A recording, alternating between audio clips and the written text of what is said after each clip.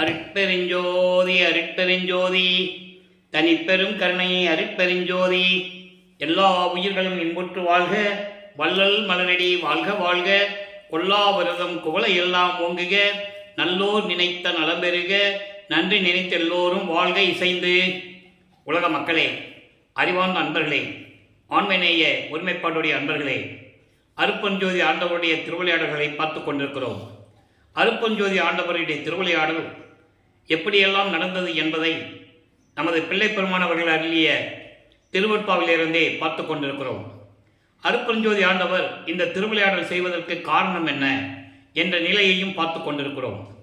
இந்த பிரபஞ்சம் தோன்றிய காலத்திலிருந்தே 4 யுகங்களிலுமே கிரேத யுகம், திரேத யுகம், துவார யுகம், கலியுகம், இந்த 4 யுகங்களிலுமே அருட்பெருஞ்சோதி ஆண்டவர் எவ்வளவோ திருவிளையாடல்களை செய்திருந்தாலும் கூட அதை உலக மக்களுக்கு யாரும் தெரிவிக்கவில்லை.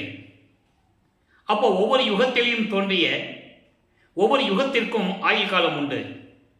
அந்த ஒவ்வொரு யுகத்திலும் தோன்றிய மார்க்கங்களும் சமயங்களும் மதங்களும் அந்த யுகம் முடிந்த உடனே இது முடிவடைந்துவிடும். மறுபடியும் ஒரு யுகம் பிறக்கும் போது அந்த யுகத்தில் தோன்றிய சமயங்களும் மார்க்கங்களும் மதங்களும் மறைந்துவிடும். உதாரணமாக, ஏற்கனவே திருவற்பாவிலே கூறப்பட்ட நிலைகள் கிரேத யுகத்திலே தோன்றிய கலங்க மார்க்கம், அந்த மார்க்கம் அந்த யுகத்திலே முடிந்துவிடும். அதன் பிறகு திரேத யுகத்திலே தோன்றிய திராவக மார்க்கம், அந்த யுகமும் முடிந்துவிடும். அந்த யுகத்தின் தலைவர்களும் இறைவனை சேர்ந்து விடுவார்கள். அவருடைய ஆயுள்காலம் முடிந்துவிடும். ஒவ்வொரு யுகத்திலேயும் அது உண்டு.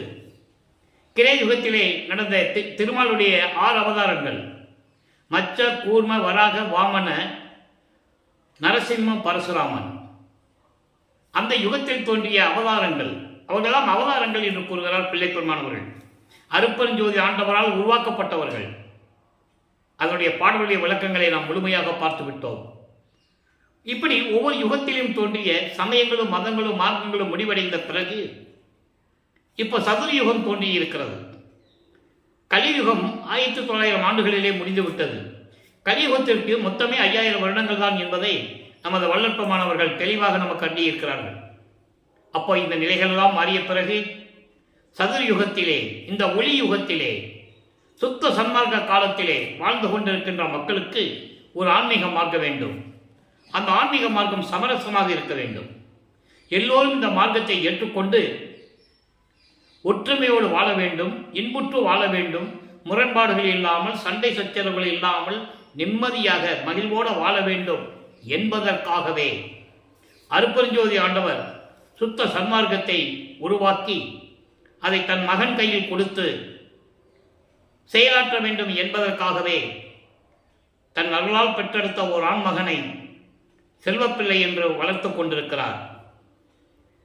பிரம்மன், திருமால், ருத்திரன், மகேசனுடைய ஆயுள் காலம் முடிந்தவுடனே சதாசிவன் தான் இறுதியாக 5 தொழில்களை செய்து கொண்டிருக்கிறார். படைத்தல், காத்தல், அழித்தல், மறைத்தல், அருளல். அப்போ சதாசிவத்தினுடைய ஆட்சி காலம் முடிவதற்கு 51 ஆண்டுகள் பாக்கி இருக்கிறது. இந்த 51 ஆண்டுகளுக்கு பிறகு இந்த பிரபஞ்சத்தை இயக்க வேண்டும். அப்போ அதுக்கு ஒரு ஆள் வேணும். அதற்காக தான் தன் அருளால் ஒரு ஆண்மகனை பெற்றெடுத்து செல்வப்பிள்ளை என்று பெயரிட்டு வளர்த்து கொண்டிருக்கிறார். இந்த நிலைகள் இருக்கும்போது இறைவன் அருட்பெருஞ்சோதி ஆண்டவர் தன் மகனை உலகியலிலிருந்து கொண்டு வர வேண்டும். ஒரு ஆணுக்கும் பெண்ணுக்கும் நடக்கின்ற உலகியல் வாழ்க்கையிலே இருந்து கொண்டு வர வேண்டும். அப்போ அந்த உலகியலிலே வரும்போது ஏற்கனவே சமயங்களும் மதங்களும் மார்க்கங்களும் சூழ்ந்திருந்த காலகட்டங்களில் தனது மகன் சைவ நிலையை பின்பற்றி இருக்க வேண்டும். அதன் பிறகு சுத்த சன்மார்க்கத்தை கொடுத்த பிறகு இதெல்லாம் தேவையில்லை, எல்லாமே பொய் என்று சொல்ல வேண்டும். அதற்காகத்தான் தனது மகனை ஒரு தாயின் வழியாக வருவிக்க செய்தார்.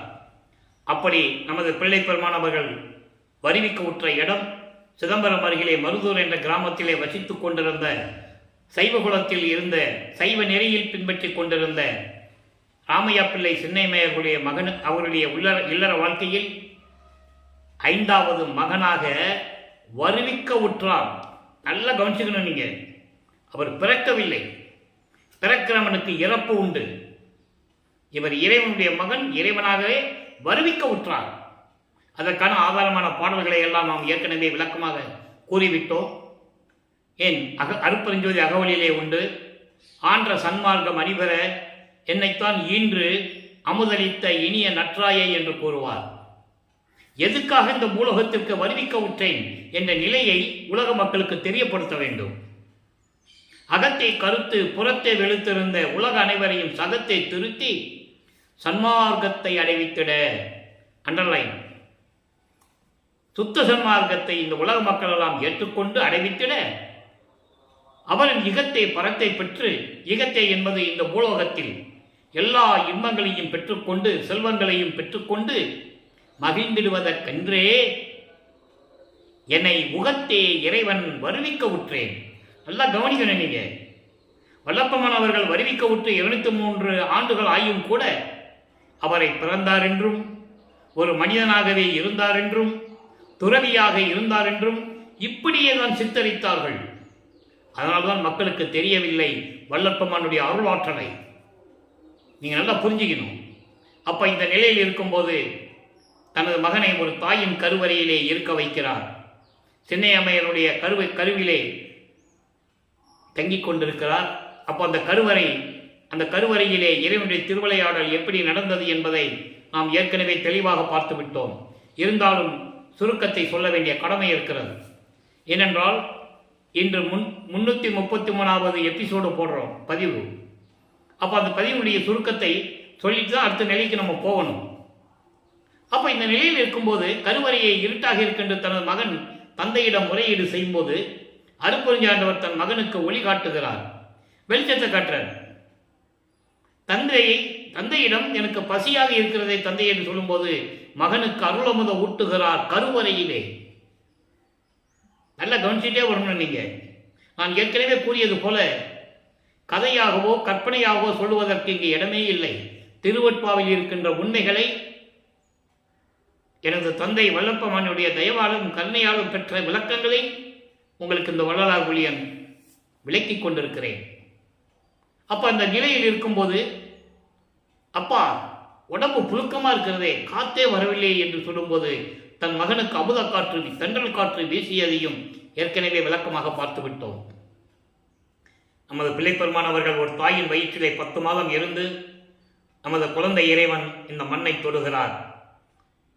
5/10/1823 ஆண்டு நமது பிள்ளைப்பெருமான் அவர்கள் தாயின் கருவறையிலே இருந்து இந்த மண்ணுலகை தொடும்போது வானவர்களும் தேவர்களும் முனிவர்களும் ரிஷிகளும் சித்தர்களும் சத்தர்களும் சக்திகளும் பதத்தலைவர்களாகிய பிரம்மன், திருமால், ருத்திரன் போன்றவர்களும் பாட்டு வரவேற்கிறார்கள் என்பதை திருவட்பாவிலே இருக்கின்ற பாடல்களின் மூலமாக நாம் தெளிவாக பார்த்துவிட்டோம். அதன் பிறகு நமது குழந்தை இறைவன் பிள்ளைப்பெருமான் அவர்கள், நான் பிள்ளைப்பெருமான் என்றுதான் கூறுவதுண்டு. காரணம், அருட்பெருஞ்சோதி ஆண்டவர் தன் மகனுக்கு இட்ட பெயர் செல்வப்பிள்ளை. இப்போ உலகியலிலே இட்ட பெயர் ராமலிங்கம். 5 மாத குழந்தையாக இருக்கும்போது ராமையா பிள்ளை அவர்களுடைய குலதெய்வமாகிய ராமலிங்கேஸ்வரர் கோயில் என்ற ஒரு கோயில் இருக்கிறது. மருதூர் பக்கத்திலே பின்னூலூர் என்ற ஒரு கிராமத்திலே. அங்கே போய் ராமலிங்கன் பேர் வச்சு மொட்டை போட்டு காது ஊற்றி கடுக்கம் போட்டாச்சு. அதாவது சைவ சமயத்தில் என்னென்ன சடங்குகள் இருக்குதோ எல்லாம் தன் மகனுக்கு செஞ்சாச்சு. செய்யணும். அதுக்கப்புறம் இதெல்லாம் பொய்ன்னு அவர் சொல்லணும். அப்போ எல்லாம் போட்டாச்சு. அப்போ சிதம்பரத்தில் ஒரு திருவிழா நடக்குது. நமது குழந்தை இறைவனை அழைத்து கொண்டு செல்கிறார்கள். நல்லா கவனிக்கணும். இதுவரைக்கும் நமது பிள்ளைப்பெருமானவர்களுக்கு ராமலிங்கன்னு பேர் வச்சது சிதம்பரத்தில் தான் சொல்லிட்டு இருப்பாங்க. அது இல்லை என்பதை உலக மக்களுக்கு தெளிவுபடுத்த வேண்டிய கடமை இந்த வள்ளலார் ஊழியனுக்கு இருக்கிறது என்பதை இங்கே தெளிவாக கூறிக்கொள்ள விரும்புகிறேன். சிதம்பரத்துக்கு கூட்டு போகிறாங்க, திருவிழாவுக்கும் கூட்டு போகிறாங்க, பேர் வைக்க கூட்டு போகல, திருவிழாவுக்கு போகிறாங்க. கிராமத்துலலாம் அந்த காலத்தில் நகரத்தில் திருவிழா நடக்கும்போது மாட்டு வண்டி கட்டிட்டு போவாங்க, நடப்பயணமாக போவாங்க, புளி சோறு தயிர் சோறு கட்டிக்கிட்டு போவாங்க. அந்த மாதிரி அங்கே சிதம்பரத்தில் கோயிலில் திருவிழா நடக்குது. அதுக்காக எல்லாமே போகிறாங்க. அங்கே இறைவனுடைய திருவிளையாடல் நடக்குது. தில்லை தலைத்தடையை திரை தூக்க தரிசித்த போது வேய் வகை மேல் காட்டாதே எந்தனக்கே வெளியாய் காட்டிய மெய் உறவா மெய்ப்பொருளே அங்கேயும் ஒரு திருவிளையாடல் நடக்குது. மகனுக்கு அருட்பெருஞ்சாண்டவர் தன் மகனுக்கு வெட்ட வெளியாக காட்டுகிறார். அதுதான் சிதம்பர ரகசியம். சிதம்பரம் ரகசியம் என்பது அருட்பெருஞ்சோதி ஆண்டவருடைய ரகசியம், சிவ ரகசியம். யாரும் பார்க்க முடியாதது. அது தன் மகனுக்கு திருவிளையாடலின் மூலமாக காட்டுகிறார். அதன் பிறகு காலங்கள் உருண்டோடுகிறது. ராமையா பிள்ளை அவர்கள் காலமான உடனே சென்னை மேயர் அவர்கள் 5 குழந்தைகளையும் வைத்துக் கொண்டு, ஏற்கனவே அவங்களுக்கு பிறந்தவர்கள் 4 குழந்தைகள், பிறந்தவர்கள் 4 பேர், 2 ஆண் 2 பெண்ணு. 5ஆவதாக நமது பிள்ளை பெருமானவர்கள் வருவிக்க உற்றவர் என்பதை நீங்கள் தெளிவாக புரிந்து கொள்ள வேண்டும். அப்போ அந்த நிலையில் இருக்கும்போது அவங்களுக்கு தெரியாது இறைவனுடைய மகன் இங்கே வந்து பிறந்திருக்கான்னு அவங்களுக்கு தெரியாது. அந்த நிலையில் அங்கே அந்த அம்மையார் பிறந்த ஊரான பொன்னேரி அருகிலே சின்னக்காமனம் என்ற கிராமத்துக்கு செல்லுகிறார்கள். அங்கே சில காரணங்களால் இருக்க முடியவில்லை. சென்னைக்கு குடியேறுகிறார்கள். ஏழுகணர் பகுதியிலே வீரசாமி முதலியார் தெருவிலே குடியேறுகிறார்கள். நமது பிள்ளை பெருமானவர்கள் வளர்ந்து கொண்டிருக்கிறார். நமது குழந்தை இறைவனை பள்ளியில் சேர்க்க வேண்டும். பள்ளியில் கொண்டு போய் சேர்க்கிறார்கள். அங்கே நமது பிள்ளை பெருமானவர்கள் என்னால் படிக்க முடியாது என்று சொல்லி பள்ளியை விட்டு வெளியேறுகிறார். அங்கே இறைவனுடைய திருவிளையாடல் நடக்கும். தனது மகன் உலகியலிலே எந்த ஆசிரியரிடமும் கல்வி கற்கக்கூடாது. உலகியில் சொல்லப்பட்ட விளக்கம் வேறு, அதுக்குள்ள நம்ம போக வேண்டாம். திருவற்பாவிலே நமது பிள்ளை பெருமானவர்கள் சொன்ன உண்மையை கூறுகிறோம். இறைவன் நினைக்கிறாராம், அருட்பெருஞ்சாண்டவர் தன் மகன் வந்து எந்த ஆசிரியர்கிட்ட போய் கல்வி கற்கக்கூடாது. அதோடு மட்டுமல்ல, தனது மகன் யாரையும் குருவாக ஏற்றுக்கொள்ளக்கூடாது. இந்த 2 நிலைகளிலும் அங்கே திருவிளையாடல் நடக்குது. இது நடக்கின்ற காலம் வந்து நமது பிள்ளை பெருமானவர்கள் வருவிக்க உற்று 6 ஆண்டுகள். அதன் பிறகு பள்ளிக்கூடத்தில் போக முடியாதுன்னா வீட்டில் எவ்வளவு பிரச்சனைகள் இருக்குன்னு நமக்கு தெரியும். எல்லாவற்றையும் தாங்கிக் கொண்டு ஒரு தனிமையான இடத்தை நாடுகிறார் நமது குழந்தை இறைவன் பிள்ளை பெருமானவர்கள். அவருக்கும் தெரியாது. அந்த பாடலை தான் இப்போ நம்ம பார்த்துட்டு இருக்கோம். 6ஆம் திருமுறையில் எப்படியெல்லாம் நான் இருந்தேன்னு சொல்றதை இன்னைக்கு பார்த்துட்டு இருக்கோம். அப்போ அந்த நிலையில் இருக்கும்போது கந்தகோட்டம் என்ற ஒரு இடம் அவருக்கு கிடைக்கிறது. அங்கே ஒரு அமைதியான சூழ்நிலை நிலவுகிறது. அங்கே அமர்ந்து கொள்ளுகிறார். காலையில் எந்திரிச்சு யார் எந்திரிக்கும்னால எந்திரிச்சு போயிடுறது. எல்லாரும் தூங்கின பிறகு தான் வீட்டுக்கு வர்றது. இங்கே உலகியலில் குழந்தை காணோன்னு தேடுவாங்கல்ல, ராமலிங்கம் எங்கே காணோம், பள்ளிக்கூடத்துக்கும் போகல, எங்கே இருக்கிறான்னு தெரியல, மதியம் சாப்பிட்டானா சாப்பிடலையான்னு தெரியல. இப்படியெல்லாம் அங்கே ஒரு நிலை, அங்கே ஒரு சூழ்நிலை உருவாகிறது இவர் வருவிக்க உற்ற குடும்பத்தில். அப்போ இந்த நிலைகள் எல்லாம் நடக்கும்போது பிள்ளை பெருமானவர்கள் 8 ஆண்டுகளில் இருக்கிறார். வருவிக்க உற்று 8 ஆண்டுகள். இறைவனுடைய திருவிளையாடல் 1/1/1823ஆம் ஆண்டு தொடங்குகிறது. பிள்ளை பெருமானவர்கள் வருவிக்க விட்டது 5/10/1823. 10 மாதங்களில் இந்த பூலகத்திற்கு வருவிக்க விட்டார். அப்போ இறைவனுடைய திருவிளையாடல் 1/1/1823ஆம் ஆண்டு தொடங்கியது. 30/1/1874 இரவு 12 மணி வரையில் நடக்குது. 51 ஆண்டுகள் சரியாக திருவிளையாடல் நடக்குது. அப்ப அந்த 51 ஆண்டுகளையும் இறைவன் 8 ஆண்டுகளாக பிரிக்கிறார். தன் மகனுக்கு 8 ஆண்டுகளில் எப்படியெல்லாம் அருளை கொடுக்க வேண்டும், எப்படி திருவிளையாடல் நடக்குது என்பதை திருவற்பாவிலிருந்து பார்த்து கொண்டிருக்கிறோம். அப்ப 8 ஆண்டுகள் வரைக்கும் இவருக்கு எந்த விதமான நிலையும் கிடைக்கவில்லை. 2வது எட்டில் அடியெடுத்து வைக்கும் போது 9வது ஆண்டு. 9வது ஆண்டில் இறைவன் தன் மகன் முன் தோன்றி எழுந்தருளி, மகனே, நீ என்னால் வருவிக்க உற்றவன், நீ என் மகன். காரண காரியங்கள் எல்லாம் உனக்கு முன்பருவம் பின்பருவம் காட்டி அருள் செய்வன் என்று கூறி, ஞானத்தை பெற்றுக்கொள் மகனே, மற்றவையெல்லாம் பின்னாளில் பார்த்துக் கொள்ளலாம் என்று சொல்லி மறைந்து விடுகிறார். அதன் பிறகு இவருக்கு மறைப்பு நிலையும் மறப்பு நிலையும் ஏற்படுகிறது. இறைவனுடைய மகன் என்று மட்டும்தான் தெரியும். அப்போ சமயங்களை சார்ந்திருந்ததனால், சைவ சமயத்தை சார்ந்திருந்ததனால், சைவ சமயத்தின் தலைவனாகிய சிவபெருமானை இறைவனாக ஏற்றுக்கொண்டு இறைவனிடம் முறையீடு செய்கிறார். 1ஆம் திருமுறை உருவாகிறது. மொத்தம் 8 பதிகங்கள், 712 பாடல்கள். இப்போ இறைவனுடைய மகனும் தெரியும், வெளியே யாருக்கும் சொல்ல முடியாது. சைவ சமயத்தில் இருப்பதனால் சைவ சமயத்தின் தலைவனாகிய சிவபெருமானை ஏற்றுக்கொண்டு சைவ சமயத்தின் அடையாளமாகிய திருநீரை பூசிக்கொண்டு உத்தராட்ச மாலை போட்டுக்கிட்டு நமச்சிவாயா சிவாய நமா ஓம் சிவா சிவசிவா என்று சொல்லி இறைவனை வணங்கி கொண்டிருக்கிறார். நல்ல கவனிச்சுட்டே வரணும். அப்போ இந்த நிலை இருக்கும்போது 1ஆம் திருமுறை உருவாகிறது. திருவடி புகழ்ச்சி, விண்ணப்பக்களி வெண்பா, நெஞ்சறிவுறுத்தல், சிவநேச வெண்பா, மகாதேவ மாலை, திருவருள் முறையீடு, வடிவுடை மாணிக்க மாலை, இங்கித மாலை. நம்ம திருவருள் முறையீடிலிருந்து இறைவனுடைய திருவிளையாடலை பார்த்துட்டு இருக்கோம். ஒவ்வொரு பதிகமாக பார்த்துட்டு இருக்கோம். அப்போ திருவருள் முறையீடில் 232 பாடல்களிலே எப்படி சிவபெருமானை வழிபட்டார், முறையீடு செய்தார் என்பதை நாம் விளக்கமாக பார்த்து விட்டோம். அதன் பிறகு தந்தையிடம் கேட்டு எந்த விதமான பலனும் இல்லை. தாயை வணங்குகிறார், வடிவுடைமனை பற்றி பாடுகிறார். வடிவுடை மாணிக்க மாலை உருவாகிறது. 100 பாடலுடைய விளக்கங்களை நாம் முழுமையாக பார்த்து விட்டோம். இப்போ அப்பா கிட்ட கேட்டாச்சு, அம்மா கிட்ட கேட்டாச்சு, எந்த விதமான பதிலும் இல்லை. இப்போ வல்லப்பமானவர்கள் 9வது வடிவிக்க விட்டு 9வது ஆண்டிலிருந்து 12 ஆண்டுகளுக்குள் இந்த நிலை தொடர்ந்து கொண்டிருக்கிறது. அதற்கான ஆதாரங்கள் திருவுட்பாவிலே இருக்கிறது. அதன் பிறகு 13வது ஆண்டில் ஞானத்தை பெற்ற பிறகு 13வது ஆண்டில் முதலாக அவர் இருந்த இடத்திலிருந்து, அதாவது ஏழுகணர் பகுதியிலிருந்து நமது குழந்தை இறைவன் திருவொற்றியூருக்கு நடந்து செல்லுகிறார். மனம் அங்கே செல்ல உந்துகிறது. மனம் அங்கே சொல்லுது. மனம் போக சொல்லுகிறது என்பதை சொல்வதை விட அருட்பெருஞ்சோதி ஆண்டவர் அங்கே திருவிளையாடல் செய்து கொண்டிருக்கிறார். தன் மகனை அங்கு கூட்டு போகணும், பக்குவப்படுத்துகிறார். அருளை கொடுக்க வேண்டும்.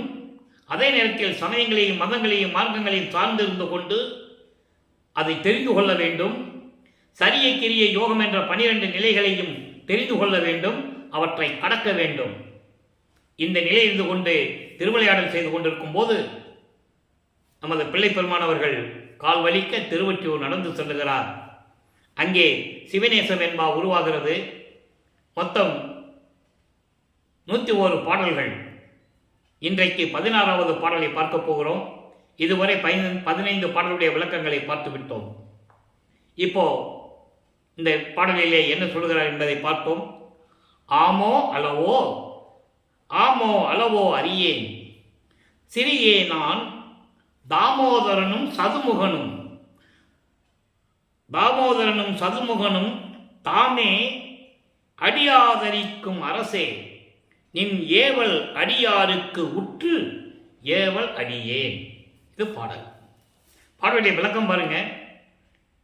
இறைவா, திருமாலும் பிரம்மனும் இருக்கின்றார்களா இல்லையா என்று எனக்கு தெரியாது. நான் அந்த டாபிக்கே போல அப்படின்னு சொல்றேன். அதை விட்டுருவோம். பிரம்மன் இருக்கிறானா, திருமால் இருக்கிறானா, அதெல்லாம் நம்ம விட்டுருவோம்.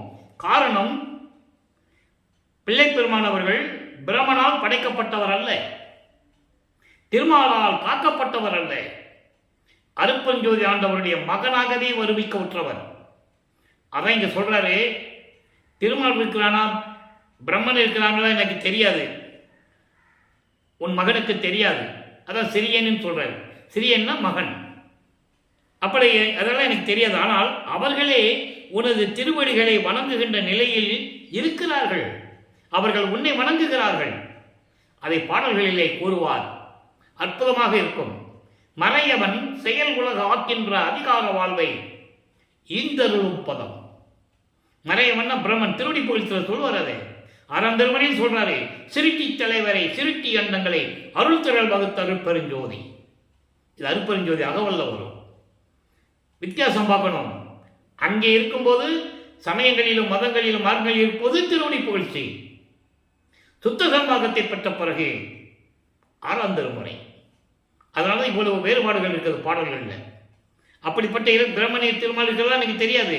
ஆனால் அவர்கள் மட்டும் உன்னுடைய திருவடிகளை வேண்டி வணங்கிக் கொண்டிருக்கிறார்கள் என்று மட்டும் எனக்கு தெரியும்.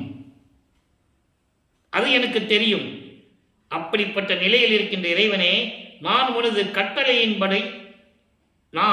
கட்டளையின்படி நடக்க விரும்புகிறேன். எப்படின்னா, உனது அடியார்களுக்கு தொண்டு செய்யும் அடியனாக இருக்க விரும்புகின்றேன். ஆகவே எனக்கு விரைவில் வந்து அருள வேண்டும் என்று கூறுகிறார். இப்போ வல்லப்பமானவர்கள் இந்த பூலோகத்திற்கு வருவிக்க உற்று 16 ஆண்டுகள் நிறைவடைய போகிறது. இந்த 16 ஆண்டுகள் வரைக்கும் எந்த விதமான அருளையும் பெற முடியவில்லை. இறைவனுடைய திருவிளையாடல் நடந்து கொண்டிருக்கிறது. இப்போ 2ஆம் திருமறை உருவாகிறது. 2வது எட்டில் இருக்கிறார். 2ஆம் திருமறை உருவாகிறது. 2ஆம் திருமறை மொத்தம் 113 பதியங்கள், 1207 பாடல்கள். இதுவரையிலும் 31 பதியங்களை நாம் பார்த்திருக்கிறோம். அதனுடைய ஒரு சுருக்கம். இப்போ 31 பதியங்கள் என்பது கிட்டத்தட்ட 400 பாடல்கள். நாம் ஏற்கனவே அந்த பாடலுடைய விளக்கங்களை முழுமையாக பார்த்து விட்டோம். இருந்தாலும் அதனுடைய சுருக்கத்தை சொல்ல வேண்டிய கடமை இருக்கிறது. சொன்னாதான் அடுத்த நிகழ்ச்சிக்கு நம்ம போக முடியும், அடுத்த ஸ்டெப்புக்கு நம்ம போக முடியும். அப்போ திருவொற்றியூருக்கு போறாரு. தியாகராஜ பெருமானுக்கு முறையீடு செய்கிறார். எந்த விதமான பலனும் இல்லை. அப்போ திருமுல்லை வாயிலுக்கு போகலாமோ, ஒருவேளை அங்க போன அருளை வாங்கி விடலாமோ என்று சொல்லி கால்வலிக்க நடந்து செல்லுகிறார். திருமுல்லை வாயிலுக்கு போகிறார். ஏழுகணர் பகுதியிலிருந்து திருமுல்லை வாயிலுக்கு போகணும். கிட்டத்தட்ட 70 கிலோமீட்டர் இருக்கும், அதுக்கு மேலேயே தான் இருக்கும். அப்பெல்லாம் காடு. இப்ப நகரங்கள் ஆயிடுச்சு, அப்ப காடு. கால் வலிக்க நடந்து போறாரு. நடந்தா போகணும், வேற வழி இல்லையே. அங்க போவாரு. அங்கே இருக்கிற இறைவன் பெயர் மாசிலாமணி. மாசிலாமணி மாசிலாமணி மனம் உருகி பாடுவார். அந்த பதியங்கள் எல்லாம் படிக்கும் போது அப்படியே கண்கள் எல்லாம் தண்ணி வந்துடும். அவ்வளவு நிகழ்ச்சியா இருக்கும். இறைவா, என் தந்தையே, என்னை வருவிக்க செய்துவிட்டு தெருவில் விட்டு விட்டாயே. நான் உனது மகன் கால்வலிக்க நடந்து வந்திருக்கிறேன். என்ன மகனே, எப்படி இருக்கிறாய்? என்னை தேடி ஏன் இவ்வளவு தூரம் நடந்து வருகிறாய் என்று கேட்காமல் ஊமையாக நின்று கொண்டிருக்கிறாயே. எந்த விதமான பதிலும் சொல்லாமல் இனிமேல் உன்னை தேடி நாங்கள் வரமாட்டேன் என்று சொல்லி வந்து விடுவார். அதன் பிறகு திருவெளித்தாயம் என்ற ஒரு இடம் இருக்கிறது, அங்கே போவார். அங்கேயும் இதே நிலைதான். ஏனென்றால் தன் மகனை பக்குவப்படுத்துகிறார். இன்னும் காலங்கள் இருக்கிறது. இப்போ 16 ஆண்டுகள் தானே முடிஞ்சிருக்கு. 51 வருஷத்துல 16 வருஷம் முடிஞ்சிருக்கு. இனி பாக்கி இருக்குல்ல, 35 வருஷம் பாக்கி இருக்கு. அப்போ தன் மகனை பக்குவப்படுத்துகிறார். சமயங்களிலும் மதங்களில் ஈடுபட செய்ய வேண்டும். அதனுடைய நெறிமுறைகளை முழுவதும் தன் மகன் அறிந்து கொள்ள வேண்டும். அப்பதான் பின்னாளில் அது பொய்ன்னு சொல்ல முடியும். அப்ப இந்த நிலையில் இருக்கும்போது திருவெளித்தாயம் போவாரு. அங்கேயும் இறைவனை பற்றி முறையீடு செய்வார். கந்த துணி கட்டிட்டு இருக்க, எனக்கு ஒரு துணியை கூட நான் கட்டிட்டு நிற்கிறேன். பெற்ற மகனை தெருவில் விட்டு விட்டானே என்று சொல்லி இந்த உலகம் உன்னை பழி சொல்லுமே, உன் மீது பழி சுமத்துமே, இழிவாக பேசுமே. என் தந்தைக்கு அந்த நிலை வரலாமா? நான் துன்பப்படுகிறேன், துயரப்படுகிறேன், கஷ்டப்படுகிறேன். அது ஒரு பக்கம் இருக்கட்டும். கால்வலிக்கதான் நடந்து வந்து கொண்டிருக்கிறேன் உன்னை பார்ப்பதற்கு. அதை நான் அனுபவித்துக் கொள்ளுகிறேன். ஆனால் என் தந்தையாகிய உனக்கு பெற்ற மகனை தெருவில் விட்டு விட்டானே என்று இந்த உலகம் பழிக்குமே, இழிவாக பேசுமே. அதில் நீ சிக்கிக் கொள்ளலாமா? அதனால் தான் வருந்துகிறேன், விரைவில் வந்து எனக்கு அருள வேண்டும் என்று சொல்லி முறையீடு செய்கிறார். இதெல்லாம் முடிந்த பிறகு இப்போ 32வது பதிகம் கலி முறையீடிலே இன்று 5வது பாடல். அங்கேயும் சொல்லிட்டு வந்துடுவார். இனிமேல் திருமுல்லை வாயில்கள் நான் வர முடியாது, என்னால் நடக்க முடியாதப்பா, காலெல்லாம் வலிக்குது, ஏன் என்னை இப்படியெல்லாம் சித்திரவதை பண்ற அப்படியெல்லாம் சொல்லிட்டு வந்துடுவார். இப்போ நிலையாக திருவொற்றியூருக்கு தான் இப்போ போய்கிட்டு இருக்கிறார். இப்போ கலிமுறையீடு என்பது மனதில் இருக்கின்ற துன்பத்தை இறைவனிடம் முறையீடு செய்வது. கலிய நெஞ்சனேன்னு சொல்லுவார். அவ்வளவு துன்பங்களை அனுபவித்திருக்கிறார். நல்லா கவனிங்க, நினைச்சு பாருங்க. இறைவனுடைய மகன்னு தெரிஞ்சு போச்சு, வீட்டில் சொல்லவும் முடியாது, யார்கிட்டையும் சொல்லவும் முடியாது. ஆனால் துன்பங்களை அனுபவித்துக் கொண்டிருக்கிறார். அந்த நிலையில் இருக்கும்போது கலிமுறையீட்டில் சொல்றாரு, கவனிங்க. செய்ய நன்று அருகிலா சிறியனன் தன்னை. அதாவது செய்ய நன்று அருகிலா சிறியனன் தன்னை பொய்யன் என்று எண்ணி நீ புறம் பொழிப்பையே வைய நின்று ஐயவோ மயங்கள் அன்றி யான் உய்ய நின்று உணர்வது ஒன்றும் இல்லையே. இறைவன் சொல்றாரு, இறைவா,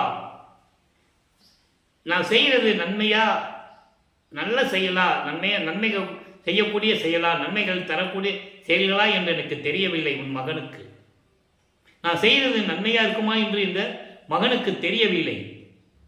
இப்படி இவன் பொய்யானவன் என்று சொல்லி நீ என்னை புறந்தள்ளி விட்டால், என்னை வெறுத்து விட்டால், என்னை ஒதுக்கிவிட்டால் இந்த உலகில் இருந்து கொண்டு நான் என்ன செய்ய முடியும்? உன்னாலே வருவிக்கவுற்று இந்த மண்ணுலகிலே நான் படுகின்ற துன்பத்தை எல்லாம் நீ பார்த்து கொண்டிருக்கிறாய். நான் எந்த செயலை செய்தாலும் அது நன்மையானதா என்று கூட எனக்கு தெரியவில்லை. இவன் ஒரு பொய்யானவன், வஞ்சகன் என்று சொல்லி என்னை ஒதுக்கிவிட்டால், என்னை வெறுத்து விட்டால், ஐயோ என் தந்தையே, இந்த மண்ணுலகில் நான் எப்படி இருப்பேன்? வையன் என்று, வையம் என்றால் உலகம், இந்த வையத்திலே இருந்து கொண்டு துன்பப்படும் மட்டுமே இல்லாமல் நான் உன் அருளை பெற்று எப்ப நான் மேன்மை அடைவது? எப்ப நான் மேன்மை அடைவது? நீயே சொல்லு. எப்ப நான் மேன்மை அடைவது? அந்த வழியை தெரிந்து கொள்ள முடியாதே. எனவே என் தந்தையே, விரைவில் வந்து எனக்கு அருள்வாயாக. எதையும் தெரியாமல், நல்லதா கெட்டதான் கூட தெரியாம உனது மகன் தவித்துக் கொண்டிருக்கிறேன் இந்த மண்ணுலகிலே. நீயும் இவன் வஞ்சகன், பொய்யானவன் என்று சொல்லி நீ என்னை ஒதுக்கிவிட்டால், நீ என்னை வெறுத்தால், நீ புறந்தள்ளினால் நான் என்ன செய்வேன்? எப்படி உன் அருளை பெறுவது என்ற நிலை கூட தெரியாமல் இருந்து கொண்டிருக்கிறேன் என் தந்தையே, விரைவில் வந்து எனக்கு அருள வேண்டும் என்று கூறுகிறார். இப்போ நமது பிள்ளை பெருமான் அவர்கள் இந்த மண்ணுலகிற்கு வருவிக்கவுற்று 16 ஆண்டுகள் நிறைவடைந்து விட்டது. இப்போ 3வது எட்டில் அடியெடுத்து வைக்கிறார். 3வது எட்டு என்பது 3/24. 17வது ஆண்டிலிருந்து 24 ஆண்டுகளுக்குள் என்ன நடந்தது என்பதை 3ஆம் திருமுறையிலிருந்து பார்த்து கொண்டிருக்கிறோம். 3ஆம் திருமுறை உருவாகிறது. 19 பதிகங்கள், 235 பாடல்கள். எல்லா பாடலுடைய விளக்கத்தையும் முழுமையாக பார்த்து விட்டோம். அதனுடைய ஒரு சுருக்கம். இப்போ திருவொற்றியூருக்கு போறாரு, நல்லா கவனிச்சுட்டே வரணும். இப்போ இடையில சில பதியங்கள் நடந்தது, எல்லாமே நம்ம இப்போ சுருக்கமாக சொல்ல போறோம். இப்போ வல்லப்பமானவர்களுக்கு 24 ஆண்டுகள் ஆகிறது. இந்த பூலோகத்திற்கு வருவிக்கு விட்டு 24 ஆண்டுகள் ஆகிறது. இப்போ காலங்கள் மாறுகிறது, காட்சிகள் மாறுகிறது. இப்போ இறைவன் காட்சி கொடுக்கிறார். காட்சி கொடுத்துட்டு மறைந்து விடுவார். பேசுறதில்லை, அருளையும் கொடுப்பதில்லை, பார்த்துட்டு மறைஞ்சிடுவார். இந்த நிலை தொடர்ந்து கொண்டிருக்கும் போது இவர் மனம் இயங்குகிறது. முன்னால விட இப்ப பரவாயில்ல, காட்சி கொடுக்கிறாரு. இதுவரைக்கும் காட்சி கொடுக்காதவர் இப்ப காட்சி கொடுக்கிறாரு, ஆனா பேசுறதில்லை. அப்போ அவர் ஒருவேளை நம்ம போனாலும் பார்க்கறதில்லை, பேசுறதில்லை, நம்ம போகாம நாரையை தூது அனுப்புவோம் என்று சொல்லி நாரையிடம் சொல்லி தூது அனுப்புகிறார். நாரையும் கிளியும் நாட்டரும் தூது என்ற பதிகத்திலே நாம் இருக்கின்ற பாடல்களை தெளிவாக பார்த்து விட்டோம். அதனுடைய ஒரு சுருக்கம். நாரையிடம் சொல்லி அனுப்புவார். நாரையே, நீ தியாகராஜ பெருமானிடம் போய், உன்னால் வருவிக்க உற்ற மகன் சிரமப்படுகிறான், தூங்குவதில்லை, சாப்பிடுவதில்லை, சரியாக குளிப்பதில்லை, என்ன செய்வதென்று தெரியாமல் திகைத்துக் கொண்டிருக்கிறான், என்னை தூது அனுப்பியிருக்கிறான், உன்னிடம் பதில் கேட்டு வர சொல்லி என்னை தூது அனுப்புகிறான், நீ என்ன சொல்லுகிறாய் என்று சொல்லி நாரை கேட்கும். பதில் வராது. ஏன்னா அங்கு திருவிளையாடல் நடக்குது, இன்னும் ஆண்டுகள் இருக்குது. 24 வருஷம் தானே ஆகுது வருவிக்க விட்டு, நீ 27 வருஷம் பாக்கி இருக்கே. அந்த நிலையில் இருக்கும்போது சரி, ஒரு நாரையை தான் அனுப்புகிறோம், தூது வரலன்னு சொல்லி கிளிகளை ஒரு கூட்டமாக அனுப்புவார். இதெல்லாம் பாடலில் இருக்கின்ற விளக்கங்களை உலக மக்களுக்கு சொல்லி இருக்க வேண்டும். புராணங்களிலும் காவியங்களிலும் தூது அனுப்புவதை, புறா தூது அனுப்புவதை எல்லாம் சொன்னார்கள். அதே போல திரேயுகத்திலே ராமனுக்காக அனுமான் தூது அனுப்பியதை எல்லாம் சொன்னார்கள். எல்லா தூதுகளையும் சொன்னார்கள். ஆனால் திருவற்பாவிலே இங்கே திருவிளையாடல் நடந்ததை யார் சொன்னது? பாடல்களிலே இருக்கிறது. உலக மக்களுக்கு சொல்லி இருக்க வேண்டும், சொல்லலை. அப்போ கிளிகளை தூது அனுப்புவார், இதே நிலைதான் ஏற்படும். அப்போ அவர் மனநிலை எப்படி இருந்திருக்கும்? குறி ஆராய்ச்சி என்ற பதிகத்திலே போய் ஒரு குறைச்சி பெண்ணிடம் போய் குறி கேட்பார். உலகிகளில் இருப்பது போலவே தனது மனநிலையை கூறுகிறார். ஒரு குடும்பத்தில் ஒரு பிரச்சனை இருக்குது, குடும்பத்தில் தீராத துன்பம் இருக்குது, இல்லை ஒரு நல்லது செய்யணும் பிள்ளைகளுக்கு, அதுக்கெல்லாம் போய் குறி கேட்பாங்க. கஷ்டப்படுறாங்க, ஏதாவது பரிகாரம் சொல்லுவாங்க இல்லையா? அந்த மாதிரி இவரும் போறாரு. ஒன்றும் நடக்கல, சோழி உருண்டாதானே குறி சொல்றதுக்கு. அப்புறம் ஜோதிட நாடல் என்ற பதியத்தில் ஒரு ஜோசியர்கிட்ட போய் கேட்பாரு, அங்கேயும் ஒன்றும் வேலைக்காகாது. அதன் பிறகு இப்போ இறுதியாக 19வது பதிகத்திலே காதல் மாச்சு என்ற பதிகத்தில் இருக்கின்ற 10 பாடலுடைய விளக்கங்களை பார்த்தோம்.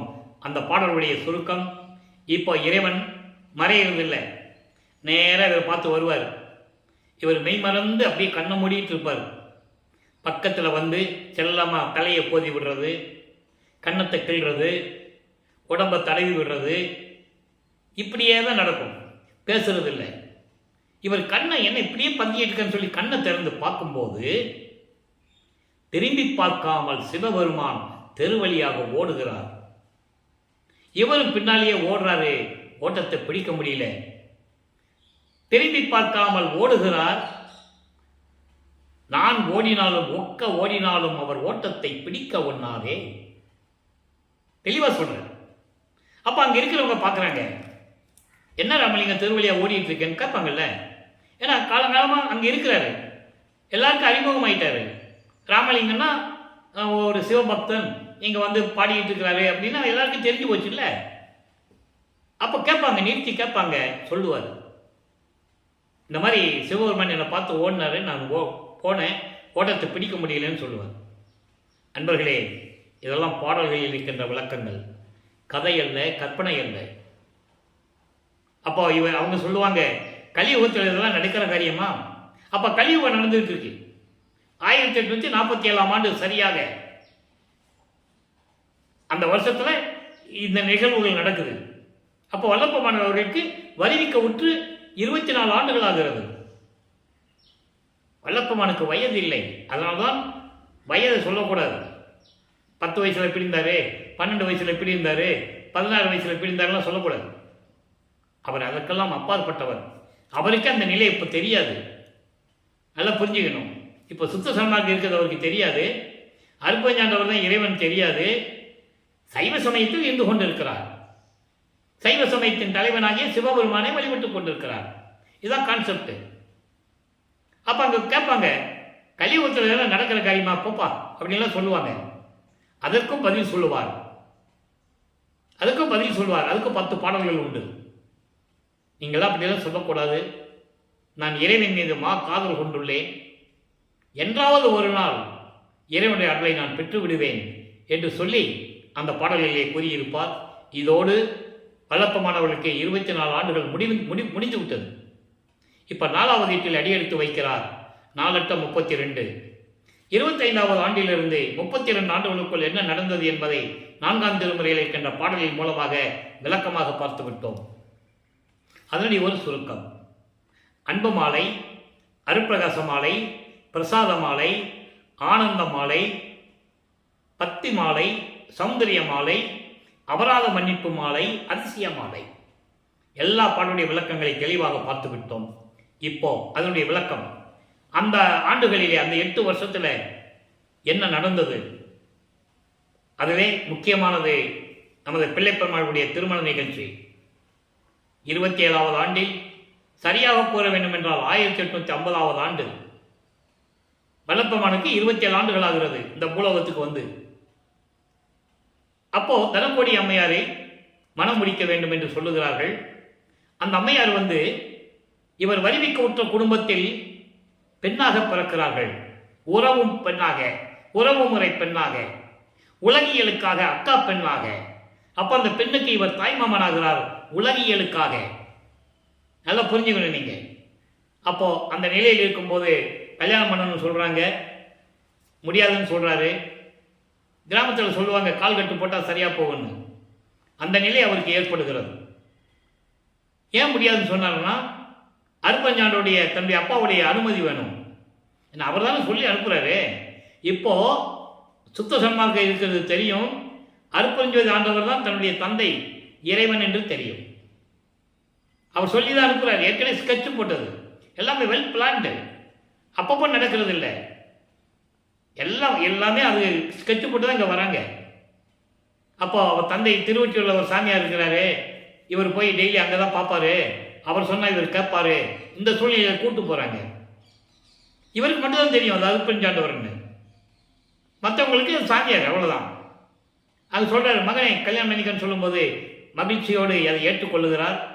கல்யாண ஏற்பாடு நடக்குது, திருமண ஏற்பாடு நடக்குது. அந்த திருமண மண்டபத்திலே எல்லாமே இருப்பாங்க, சொந்த பந்தம் எல்லாம் இருப்பாங்கல்ல. அது இல்லாமல் வானவர்கள், தேவர்கள், பிரம்மன், திருமால், ருத்திரன் போன்ற பதத்தலைவர்கள், ஏன்னா அடுத்த ஆள போகிறது இவர் தான். அதனால் வாழ்த்த வரதான் வேணும். பாட்டில் சொல்கிறாரு, எல்லாரும் வந்து என்னை வாழ்த்துவதற்காக இருந்தார்கள், ஆனால் எனது தந்தையும் தாயும் வரவில்லை, அருட்பெருஞ்சாண்டவரும் சிவகாமி வள்ளியும் வரவில்லை என்று அவருடைய மனம் எவ்வளவு புண்பட்டது என்பதை பாடலிலே கூறிய விளக்கத்தை நாம் பார்த்து விட்டோம். அதன் பிறகு தாலி கட்டுகிறார். தாலி கட்டி அந்த அம்மாவிற்கு மோட்ச வீட்டை காட்டி விமோசனத்தை கொடுக்கிறார். சஞ்சீதம், பிராரத்தம், அகாமியம் போன்ற ஊழ்வினைகளை எல்லாம் நீக்குகிறார். அது அந்த அம்மாவுக்கு தெரியும். இவர் தாலி கட்டும்போது அந்த அம்மா உணர்கிறார். அதன் பிறகு அந்த அம்மாவுக்கு மறைப்பு நிலை ஏற்படுகிறது. தனது கணவன், தனது மாமனார் யார் என்ற நிலை அந்த அம்மையாருக்கு தெரியும். ஆனால் வெளியே சொல்ல முடியாது. கடவுள் நிலையை, கடவுள் ரகசியத்தை வெளியே சொல்ல முடியாது, சொல்லவும் கூடாது. அந்த நிலையில் இருக்கும்போது இப்போ அந்த அந்த இறைவனுடைய திருவிளையாடல் முடிஞ்சிருச்சு. அந்த கடமையை முடிச்சிட்டாரு. முடித்த உடனே இப்போ சுத்த சன்மார்க்கத்தை வாங்கணும். அதுக்கு சமயங்களையும் மதங்களையும் மார்க்கங்களையும் சொல்லப்பட்ட நெறிமுறைகளை விட வேண்டும். இனிமே சிவபெருமான நமச்சிவாயா, ஓம் சிவாய நமன் சொல்லக்கூடாது. சைவ சமயத்தின் அழகமாக திருநீரை பூசுவதை நிறுத்த வேண்டும். நிறுத்திவிட்டார். உத்தராட்ச மாலையை கழட்டி போட்டாச்சு. ஏனென்றால் இதெல்லாம் சுத்த சன்மார்க்கத்தின் முக்கிய தடைகள், எதிரிகள் என்று சொல்லுகிறார். பாடல்கள் உண்டு, விண்ணப்பத்திலேயும் உண்டு. எல்லாமுடைய அற்புதஞ்சோதி அற்புத கடவுளே, இது தொடங்கி எக்காலத்தும் சுத்த சன்மார்க்கத்தின் முக்கிய தடைகளாகிய சமயங்கள், மதங்கள், மார்க்கங்கள் என்பவற்றின் ஆசார சங்கற்ப விகற்பங்களும் வருணம், ஆசிரமம் போன்ற உலகாச்சார சங்கற்ப விகற்பங்களும் எங்கள் மனதில் பற்றாமல் இருக்க வேண்டும். இது விண்ணப்பத்தில் உண்டு, பாடலிலும் உண்டு. இந்த நிலைகள் இருக்கும்போது எல்லாத்தையும் விட்டாச்சு. சரிய கிரிய யோகம் என்ற 12 நிலைகளை கடந்தாச்சு. அதை 6ஆம் திருமுறையிலே சொல்லுவார். சின்னம்படியிலே பன்மார்க்கம் கடந்தேன் என்று சின்னம்படி, 12 மேல் நின்று சின்னம்படி. 12 மேல் என்பது 13வது நிலை, திரையோதச நிலை. அதுதான் ஞான சரியை, அதுதான் மரணமில்லா பெருவாழ்வு. அப்போ சமயங்களையும் மதங்களையும் மார்க்கங்களையும் விட்டால்தான் அந்த நிலைக்கு வர முடியும். தன்மார்க்கத்தில் இருந்துட்டு திருநீரெல்லாம் பூசக்கூடாது. தெளிவாக சொல்றார் பாட்டில். அதுக்கான ஆதாரங்கள் உண்டு, யாரும் மறுக்க முடியாது. அப்போ இந்த நிலையில் இருக்கும்போது இப்போ இறைவன் வரணும், அருள் எல்லாம் கொடுக்கணும். இத்தனை வருஷமா ஏமாத்தினார்ல, 32 ஆண்டுகள் இப்போ முடிச்சு. இப்போ 33வது ஆண்டில் அடி எடுத்து வைக்கிறார். 5வது 8 ஐயட்ட 40. 33லேருந்து 40 ஆண்டுகளுக்குள் என்ன நடந்தது? பாடலுடைய விளக்கங்களை முழுமையாக பார்த்து விட்டோம். அதனுடைய ஒரு சுருக்கம். இப்போ என்ன பண்ணுறாரு? அங்கே இருக்கும்போது திருமலை வாயிலுக்கும் திருவள்ளித்தாய்க்கும் வர முடியாதுட்டாரு. இப்போ திருவொற்றியூருக்கும் வர முடியாதுட்டாரு. போகக்கூடாது. இனிமே தியாகராஜ பெருமானே, சிவபெருமானே, நமச்சிவாயன்னு சொல்லக்கூடாது. அப்போ என்ன பண்ணாரு? வீட்டுக்குள்ளே உட்காந்துட்டு கதவை பூட்டிட்டார். எங்கே? சென்னையிலேயே அவர் இருக்கிற வீட்டில் உள்ளே உட்காந்துட்டு வெள்ளாடை அணிந்து முக்காடு போட்டு கதவை பூட்டி தாப்பா போட்டாச்சு. இறைவன் வருகிறார். மகனுடைய நிலை அவருக்கு தெரியல. இறைவன் வருகிறார். ஏன்னா இப்போ கொடுத்துதான் ஆகணும். இனி 19 வருஷம் தான் பாக்கி இருக்கு. இதில் 9 வருஷம் கருங்குழியில் வேற இருக்கணும். அப்புறம் தர்மசாலையிலையும் சித்தி வளாகத்தையும் 4 வருஷம் இருக்கணும். இந்த நிலைகள்லாம் இருக்கு. ஆக இந்த நிலையில் இருக்கும்போது இறைவன் மகனை தேடி தெருவழியாக கால் வலிக்க நடந்து வந்து எப்படி தன் தந்தை அருளை கொடுத்தார் என்பதை அருட்பிரகாச மாலையில் இருக்கின்ற 100 பாடல்களில் இருந்து விளக்கத்தை முழுமையாக பார்த்து விட்டோம். நம்ம எபிசோடு நீங்கள் பார்த்தீங்கன்னா உங்களுக்கு தெரிஞ்சுக்கும். அப்போ இந்த நிலையில் இருக்கும்போது இறைவன் வருகிறார். தன் அருளால் தெருக்கதவை, தாளிட்ட கதவை திறக்கிறார். தாழ்பால் விலகுகிறது. இறைவன் வந்தால் விலகும்ல. நீங்கள் விட்லாச்சார படியெல்லாம் பார்த்துருப்பீங்க சினிமாவில். கையை காட்டினா போதும் எல்லாம் நடக்கும். அந்த மாதிரி தான் கதவை திறந்தது மட்டுமல்லாமல் ஒரு காலை வீட்டுக்குள்ளே வச்சு ஒரு காலை வெளியே வச்சு தான் மகனை கூப்பிடுவார்.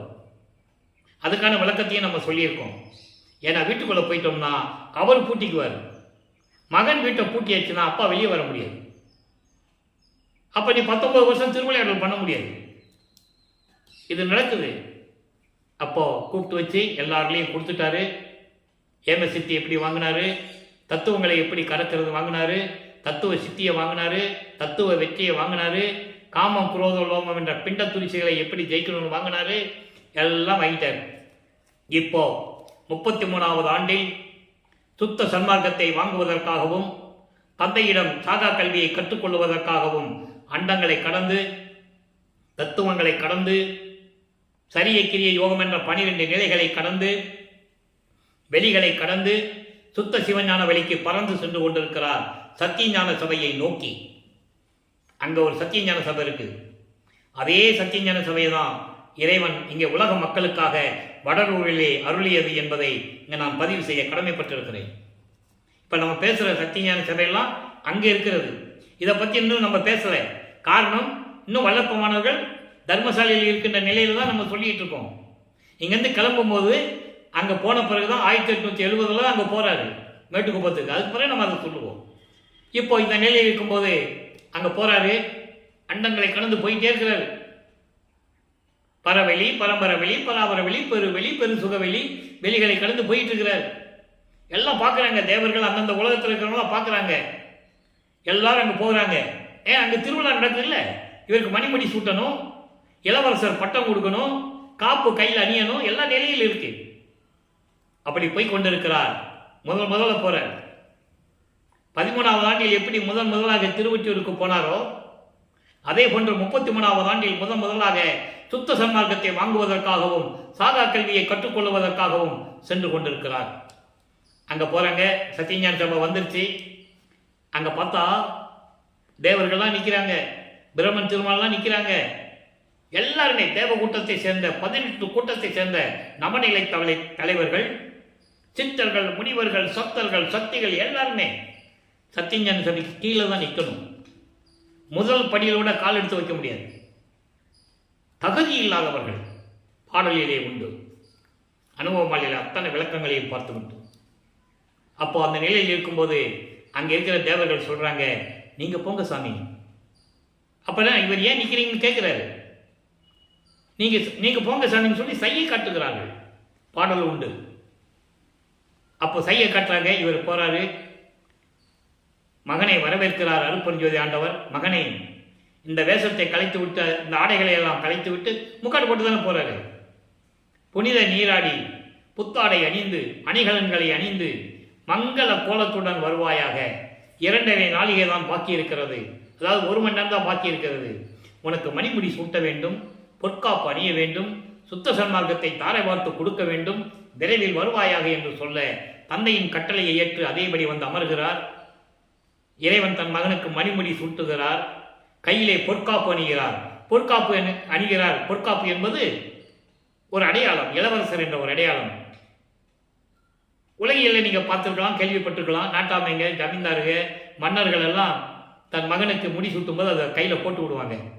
அதை பார்த்து தான் மக்கள் தெரிஞ்சுக்குவாங்க, இளவரசன் தெரிஞ்சுக்குவாங்க. அதே போல அணிந்து விட்டு, மகனே, நான் சுத்த சன்மார்க்கத்தை உனக்கு தாரை வார்த்து கொடுக்கிறேன், பெற்றுக்கொள் என்று கூறுகிறார். அதனால்தான் இவர் சுத்த சன்மார்க்கத்தை பெற்றேன் என்று கூறுவார். இனிமேல் மகனே இது உன்மார்க்கம் என்று சொல்ல, அதன் பிறகுதான் வளர்ப்பமானவர்கள் கூறுவார், இனிமேல் இது என் மார்க்கம் என்று கூறுவார். சுத்த சன்மார்க்கத்தை கொடுத்தாச்சு, சாகா கல்வியை கற்றுத் தருகிறார். இதை எல்லாரும் பார்த்து கொண்டிருக்கிறார்கள். இந்திரன் முதல் நாகாதிபனும் அயனும் ஆளும் நறுமுறும் எனவே நெய்யர் வியப்பிலே பாடல் உண்டு. 112வது பதிகம், 47வது பாடல். நீ புக்கில் எல்லாம் பார்த்துக்கலாம், திருவருட்பால் எல்லாமே இருக்கு. ஞான அமுதம் அளித்தாய் எப்படி இருக்காங்களாம், கோபமா இருக்காங்களாம், கட்டு கட்டு கட்டு கட்டுன்னு. நமக்கு சொல்லி தரலையே. இந்த கடவுள் கூட ஓரவஞ்சனை இருக்குதுன்னு சொல்லுவார், பாட்டு இருக்கு. ஞான அமுதம் அளித்தாய் நானும் உண்டு துண்ணவே. ஞான அமுதம் என்பது சுத்த சன்மார்க்கம். சுத்த சன்மார்க்கம் பெற்றுக்கொண்டால்தான் சாகா கல்வியுடைய நிலையை தெரிந்து கொள்ள முடியும். சாகா கல்வி என்பது சுத்த சன்மார்க்கத்தின் ஞானம். அப்போ முதல்ல நம்ம என்ன பண்ணணும், சுத்த சன்மார்க்கத்தில் இருக்கணும். ஞான அமுதம் அளித்தாய் நானும் உண்டு துண்ணவே சாகா கலையை பயிற்று தந்த தயவை சாற்றதுக்கு அரிது. தெளிவாக சொல்லுவார். எல்லாம் பார்த்துட்டு இருக்காங்க, எல்லாம் கற்றுக்கிட்டாச்சு. இப்போ 40 ஆண்டுகள் முடிஞ்சிருச்சு. நீ எத்தனை வருஷம் பாக்கி இருக்கு? 11 வருஷம் பாக்கி இருக்கு இல்லையா? இப்போ நேராக கருங்குழியிலே வந்து அமர்கிறார். அங்கே 6வது 8 முடிகிறது. 41வது ஆண்டிலிருந்து 48 ஆண்டுகளுக்குள் என்ன நடந்தது என்பதை இப்போ நம்ம பார்த்துக்கிட்டு இருக்கோம், லைவாக பார்த்துக்கிட்டு இருக்கோம். இப்போ வல்லப்பமானவர்கள் கருங்குழியிலிருந்து விடுபட வேண்டும். தான் இருந்த இடத்திற்கு தண்ணீரால் விலக்களித்த இடம் என்ற பெயரை ஏற்படுத்திவிட்டு இங்கே தர்மசாலைக்கு வருகிறார். தர்மசாலை வருவதற்கு முன்னால் பார்வதி ஒரு மக்களிடம் அந்த இடத்தை வாங்கி கொள்ளுகிறார். காரணம், அருப்பஞ்சானோர் மகனும் பேசியபடி ஜீவகாருண்ய ஒழுக்கத்தை உலக மக்களுக்கு தெரியப்படுத்த வேண்டும். இந்த பிரபஞ்சம் தோற்றிய காலத்திலிருந்தே அந்த நடந்து முடிந்த 4 யுகங்களிலும் சரி, அதன் பிறகு வந்த இந்த யுகத்திலே நடந்து கொண்டவர்களும் சரி, ஜீவகாருண்ய ஒழுக்கத்தை யாரும் உலக மக்களுக்கு சொல்லியதில்லை. அன்னதானம் போட்டியிருப்பார்கள், அன்னதான கூடங்களை அமைத்து அன்னதானம் செய்திருந்து கொண்டிருந்தார்கள். அதனுடைய பலன்களை, பசியினுடைய கொடுமையை, உயிர்களை கொலை செய்தார்களுடைய கொடுமைகளை, துயரங்களையும், பிணியினால் வாடக்கூடிய அந்த துன்பங்களையும் யார் சொன்னது? அதனால்தான் ஜீவகாருண்ய ஒழுக்கத்தில் பசி, பிணி, தாகம், இச்சை, எளிமை, பயம், கொலை 7 பிரிவுகளாக நமக்கு அருளினார்கள். அப்ப ஜீவகாருண்யத்தை ஒழுக்கத்தை சொல்லணும்னா ஒரு தர்மசாலை வேணும். அங்கே பசியோடு வருவர்களுக்கு சாப்பாடு போடணும். அந்த நிலையில் 23/5/1867 ஆண்டு அந்த இடத்திலே ஒரே நாளிலே தர்மசாலையை நிறுவி அன்றைய அணைய அடுப்பை மூட்டி உணவை சமைத்து பசியோடு வருகின்றவர்களுக்கு பசியை போக்கிக் கொண்டிருக்கிறார். நம்மளையெல்லாம் படைத்து காத்து கொண்டிருக்கின்ற அருப்பெருஞ்சோதி ஆண்டவராகிய நமது வெள்ளட்டமானவர்கள். அவர் இறைவன், எல்லாரையும் பெற்றுக்கொண்டார். பாக்கி இருக்கு, திருவாரூர் செங்கோலைச்சு வாங்கணும், எல்லாம் வாங்கியாச்சு. செயலாற்றணும்னா அந்த சித்தி வளர்த்து தான் போகணும். அதை நம்ம லாஸ்ட்டில் பார்க்க போகிறோம். அப்போ இந்த நிலையில் இருக்கும்போது இங்கே சங்கராச்சாரியர் வந்தது, அங்கே இறைவனுடைய திருவிளையாடல் எப்படியெல்லாம் நடந்தது என்பதை உலகியலிலே நீங்கள் கேள்விப்பட்டிருப்பீர்கள், பல புத்தகங்களை படிச்சிருப்பீங்க. அதெல்லாம் உண்மை. அவர் சங்கராச்சாரியார் சமஸ்கிருதம் தான் தாய்மொழி என்று கூற, இருந்துட்டு போகட்டுமே, தமிழ் வேணால் தந்தை மொழியாகட்டுமே என்று சொல்லி அங்கே சங்கராச்சாரியருக்கு எப்படியெல்லாம் தன்னுடைய அற்புதங்களை காட்டினார் என்பதையும், சங்கராச்சாரியார் வல்லப்பமானிடம் எப்படி சரணடைந்தார் என்பதையும் தெளிவாக பார்த்தோம். இப்போ 1869 ஆண்டு நீதிமன்றத்திலே ஒரு திருவிளையாடல். ஆறுமுக நாவலார் வழக்கு பதிவு செய்கிறார். கடலூரிலே ராமலிங்க பிள்ளை என்பவர் பாடல்களை இயற்றிக்கொண்டு திருவொற்பாய் என்று பெயரிட்டு திருமுறைகள் என்று அழைத்துக் கொண்டு இருக்கிறார். அது தவறு. நாங்கள்லாம் இந்த பிரபஞ்சம் தோன்றிய காலத்திலிருந்தே சமயங்களையும் மதங்களையும் மார்க்கங்களையும் ஜாதிகளையும் பின்பற்றி கொண்டிருக்கிறோம். காலங்காலமாக அப்படிப்பட்டவர்களுடைய மனதை புண்படுத்துகிறார். சாதிகள் இல்லை என்கிறார், சமயங்கள் இல்லை என்று சொல்லுகிறார். எனவே திருவொற்பாவை மறுப்பாய் என்று அறிவிக்க வேண்டும் என்பது வழக்கு. முத்துசாமி ஐயர் என்ற ஒரு வழக்கறிஞரை நியமித்து வழக்கை தொடர்ந்து விட்டார். வழக்கு விசாரணைக்கு வருகிறது. வாதியிடம் விசாரணை முடிந்து விட்டது. பிரதிவாதி எங்கே என்று கேட்கிறார்கள். நமது பிள்ளை பெருமானவர்கள் அது வரைக்கும் அங்கே இல்லை, எழுந்தருள்கிறார். எழுந்து அருள்கிறார் என்பது உடனே. இங்கே வடலூர்லேருந்து அவர் நடந்து போகல, மாட்டு வண்டியில் போகல, சைக்கிளில் போகல. நல்லா புரிஞ்சுக்கணும் நீங்கள். எழுந்தருளுகிறார். அப்போ நீதிபதி பார்க்கிறார், இவர் காட்சி கொடுக்கிறார். நீதிபதி எந்திரிச்சு நிற்கிறார். நீதிபதி எந்திரிச்சு நின்னவனே எல்லாரும் எந்திரிச்சு நின்று ஆகணும். நீதிபதி நிற்கணும் அவசியம் இல்லை. அங்கதான் சூட்சமமான விளக்கங்கள் இருக்கு. ஏன் எந்திரிச்சு நின்னாரு? அப்போ இறைவனுடைய காட்சிகள் திருவிளையாடல் நடக்குது. நீதிபதி உணர்கிறார். திருவொற்பாதான் மக்களுக்கு ஏற்றது என்று சொல்லி திருவொற்பாவை மறுப்பாய் என்று அறிவிக்க முடியாது என்று தீர்ப்பளிக்கிறார். உன்னதமான தீர்ப்பை பெற்றுக்கொண்டு நமது பிள்ளை பெருமானவர்கள் தர்மசாலைக்கு வருகிறார்கள். அதன் பிறகு உத்தரஞான சிதம்பரம் மாலை உருவாக்கி சர்க்குரிமன் மாலையும் நடராஜபதி மாலையிலும் எப்படி பாடலுடைய விளக்கங்களை பார்த்தோம் என்பதை முழுமையாக பார்த்து விட்டோம். இப்போ வல்லப்பெருமானவர்கள் சமயங்களிலும் மதங்களிலும் மார்க்கங்களில் இருக்கும்போது எப்படி இருந்தேன், அந்த நிலையில் அவருடைய மனநிலை எப்படி இருந்தது என்பதை உலக மக்களுக்கு தெரிவிக்கிறார். 6ஆம் திருமுறை பதிகம் 7, பிறப்பு அவம் பொறாது பேதுருதல். இந்த பாவப்பட்ட பிறவி எதற்காக எனக்கு கொடுத்தாய், நான் ஏன் இந்த பூலோகத்தில் வந்தேன் என்ற நிலையை கூறுகிறார். இன்னைக்கு அது 6வது பாடல். அரசர் எல்லாம் மதித்திட பேராசையிலே அரசோடால் எனவே மிக கிளைத்தேன். அதாவது பெரியவர்களும் சான்றோர்களும் கற்றவர்களும் என்னை மதிக்க வேண்டும் என்பதற்காகவே அந்த பேராசையில், என்னை மதிக்க வேண்டும் என்ற பேராசையில் அரச மரம் போன்று நான் இருந்து கொண்டிருந்தேன். மரங்களுக்கு 6 அறிவு கிடையாது இல்லையா, மரங்கள் போல இருந்தேன் அப்படின்னு சொல்றார். அப்படின்னா என்ன, அறியாமையில் இருந்தேன் என்று சொல்கிறார். அதோடு மட்டுமல்ல, அருள் அறியா கடையேன். அருள் அறியா கடையேன், அருள்னா என்னன்னு எனக்கு தெரியாம நிலையில் அப்போ நான் இருந்தேன். எப்போ, 32 ஆண்டுகள் வரைக்கும் இறைவன் என்னை வருவிக்க செய்து ஒரு தாயின் கருவறையிலிருந்து இந்த மண்ணுலகத்தை தொட்டதிலிருந்து 32 ஆண்டுகள் வரைக்கும் நான் இந்த நிலையில் இருந்தேன் அப்படின்னு சொல்றேன். புரச மரம் போல் பருத்தேன். புரசை மரம் அது எப்பவுமே ஒல்லியா போகாது, தேக்கு மாதிரி போகாது, சுத்தி பருத்து இருக்கும், தடிமா இருக்கும், அதான் பருத்து. அந்த மாதிரி நான் பருத்து இருந்தேன். எட்டி என கலைத்தேன். எட்டி என்பது எட்டி மரம், எட்டி மரம் போல் இருந்தேன் என்று சொல்கிறார். எட்டி மரம் எதுக்குமே உதவாது. வீட்டுக்கு கதவு செய்ய முடியாது, ஜன்னல் செய்ய முடியாது, தீ வச்சு கொளுத்த விட முடியாது, கொளுத்து சமையல் பண்ண முடியாது, கசக்கும். எட்டி மரத்தில் அடுப்பு மூட்டி சமைச்சோம்னா கசக்கும். அப்போ எதுக்குமே உபயோகப்படாது. அந்த மாதிரி உபயோக எந்த விதமான பலனும் இல்லாமல் இருந்து கொண்டிருந்தேன். சமயங்களிலும் மதங்களிலும் மார்க்கங்களிலும் இருக்கும்போது புங்க எனவும் புங்க மரம் போல இருந்தேன். புளிமரம், புளியம்பரம், புளியமரம் என்ன ஆகும், இலையெல்லாம் ஊர்ந்து போகும். அப்ப அப்படி அந்த மாதிரி இருந்தேன். மங்கி உதிர்கின்றேன், அந்த மாதிரி துன்பப்பட்டு கொண்டிருக்கிறேன். பரசும் வகை, பரசும் வகை தெரிந்து கொள்ளேன். பரசும் வகை என்பது இறைவனுடைய அருளை எப்படி பெற்று மேன்மடைய வேண்டும். பரசு என்பது ஒரு மேன்மையான நிலை, ஒப்பற்ற நிலை. அது ஒரு இடத்தில் சொல்வாரே, பரசு ஆயுதம் என்று சொல்லுவார். பரசு ஆயுதம் என்பது அந்த ஆயுதத்தை வைத்துக்கொண்டு உலகத்தையே அழித்து விடலாம். அதை பரசுராமன் தவம் இருந்து வாங்கி கொண்டான் என்பதை விளக்கங்கள் உண்டு. அதுக்குள்ள நம்ம போக வேண்டாம், நேரம் நிறைய இல்லை. அதான் பரசு வகை. அப்படி ஒப்பற்ற நிலையை தெரிந்து கொள்ள எனக்கு தெரியல. தெரிந்தாரை பணியேன், தெரிஞ்சவங்ககிட்ட போய் நான் பணிவோடு இருக்கிறது இல்லை. இதெல்லாம் எப்போ நடக்குது, சமயங்களிலும் மதங்களிலும் மார்க்கங்களிலும் இருக்கும்போது.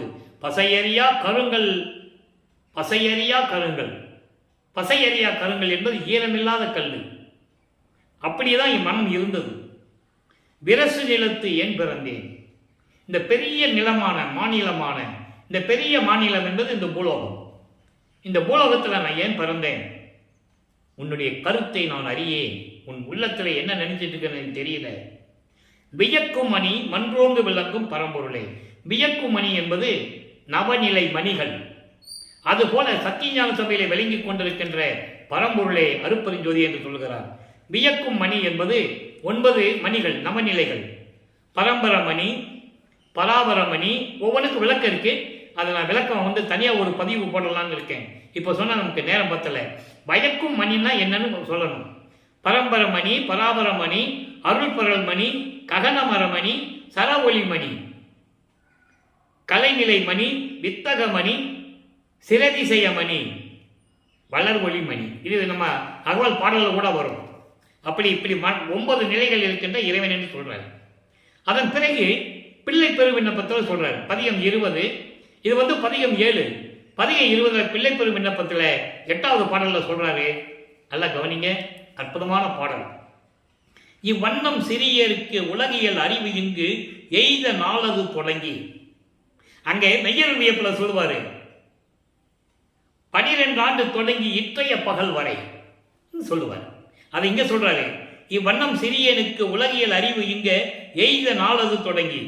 அதாவது என் தந்தையே, உனது மகனுக்கு நீ வருவிக்க உற்று உனது மகனாகிய எனக்கு இந்த உலகியல் அறிவு இந்த பூலோகத்தில் எப்போ தெரிந்ததோ அதிலிருந்து, அப்படி எப்படி அர்த்தம்? 9வது ஆண்டிலிருந்து. 9வது ஆண்டில் ஆட்கொள்றாரு. அதில் இருந்து துன்பங்களை இன்று பகல் வரை அனுபவித்துக் கொண்டிருக்கிறேன். அந்த நடுக்கமும் துன்பமும் சொல்லுவதற்கு எப்படி சொல்லுவது? எவ்வண்ணத்தவருக்கும் அளவுறாது எனில் யாராலையும் சொல்ல முடியாது. எப்படிப்பட்டவர்களும் என்னுடைய நிலையை சொல்ல முடியாது. தேவர்கள் இருந்தாலும் சரி, மனிதர்களாக இருந்தாலும் சரி, முனிவர்களாக இருந்தாலும் சரி, ரிஷிகளாக இருந்தாலும் சரி, யாரும் இந்த நிலையை சொல்ல முடியாது எனில் நான் சொல்லுவது என்ன இருக்கிறது? யான் இசைப்பது என்? நான் சொல்லுவதில் என்ன இருக்கிறது? எல்லாமே உன் திருவளையாடல். இசைந்ததை அமையும். இசைந்ததை அமைந்ததுன்னா நடக்கிறது, நடக்கும். இதெல்லாம் உன் திருவளையாடல். செவ்வண்ண தருணம் இது தலைவா. இதுதான் நல்ல நேரம் தலைவா. தலைவன் என்ன அர்த்தம்? சுத்த சன்மார்க்கத்தின் தலைவன். சைவ சமயத்தின் தலைவன் சிவபெருமான், வைஷ்ணவ சமயத்தின் தலைவன் திருமால், கௌபார சமயத்தின் தலைவன் முருகன், காணாபத்தியத்தின் தலைவன் விநாயகன். அதுபோல சுத்த சன்மார்க்கத்தின் தலைவன் அருப்பெருஞ்சோதி. தலைவா, நீ திருவுள்ளம் அறிந்ததே எல்லாம். இதெல்லாம் உனக்கு தெரியும். எல்லாமே உன் திருவிளையாடல் தானே. நான் சொல்லி என்ன தெரிய போகுது அப்படின்னு சொல்றார். அதன் பிறகு ஒரு அற்புதமான பாடல் அவருடைய நிலையை கூறுகிறார். 100க்கு 100 அந்த உண்மையான நிகழ்ச்சியை இந்த ஒரு பாடல் போதும் வல்லப்பமான் யார் என்று சொல்லுவதற்கு. 119வது பதிகம் ஜோதியில் ஜோதி 24வது பாடல். வருவித்த வண்ணமும் நானே. வருவித்த வண்ணமும் நானே. அண்டர்லைன். ஒரு வரிதான், ஒரு வரி கூட கிடையாது, அரை வரி தான். விளக்க எப்படி சொல்லலாம் தெரியுமா? 1 மாதம் சொல்லணும். என்னால் சொல்லணும்னு ஆசை இருக்கு, முடியலை, ஏன்னா நேரம் இல்லை. சுருக்கமாக சொல்லுகிறேன். வருவித்த வண்ணமும் நானே. இந்த பிரபஞ்சம் தோன்றிய காலத்திலிருந்தே முனிவர்களும் ரிஷிகளும் பிறந்தார்கள், இறந்தார்கள். அவர்களுக்கு பிறப்பு இறப்பு உண்டு. அது ஒரு பாடலில் சொல்லுவாரு, செத்து செத்து பிறக்கும் இந்த தேவர்கள் என் முன் வழியிலர் என்று சொல்லுவார். எவ்வளவு பெரிய உண்மை, பிரபஞ்சத்தின் உண்மை. இவர் என்ன சொல்றார்? வருவித்த வண்ணமும் நானே.